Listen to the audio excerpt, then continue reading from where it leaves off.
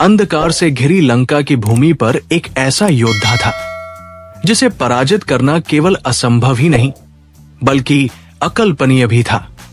वो योद्धा कोई और नहीं बल्कि लंकेश रावण का पुत्र मेघनाद था, जिसे इंद्रजीत के नाम से भी जाना जाता था।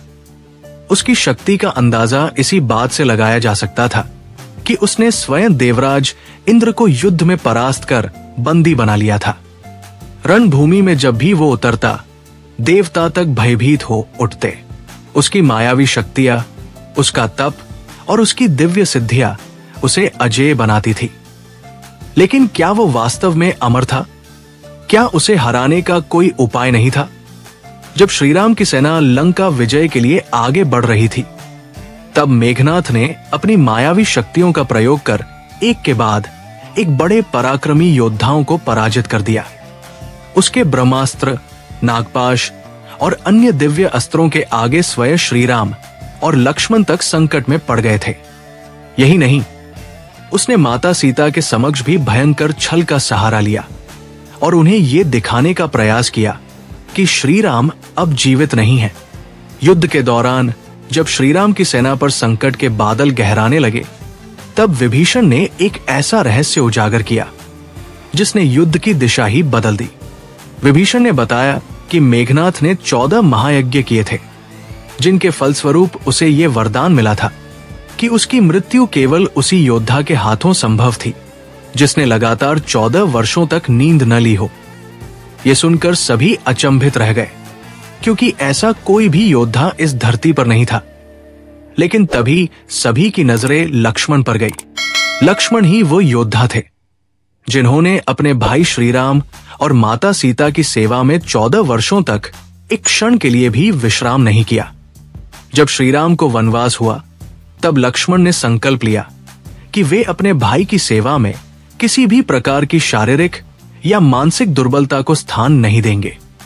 उन्होंने न केवल अपने शरीर को नींद से वंचित रखा, बल्कि निरंतर अपने कर्तव्य का पालन करते रहे। ये उनके तप और त्याग की पराकाष्ठा थी, जो उन्हें अन्य सभी योद्धाओं से अलग बनाती थी।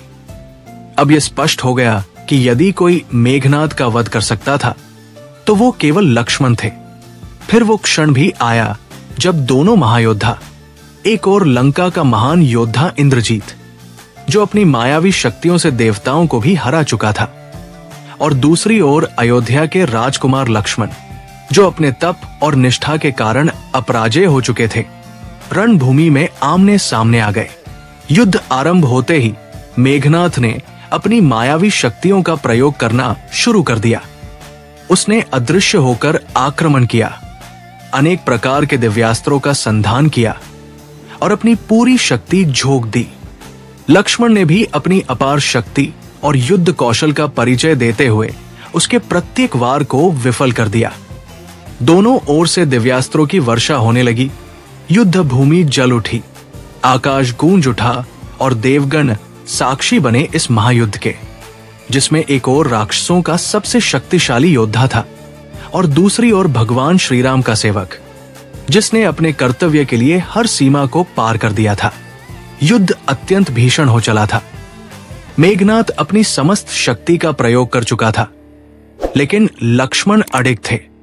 अंततः लक्ष्मण ने अपनी दिव्य शक्ति और पराक्रम से मेघनाथ का वध कर दिया।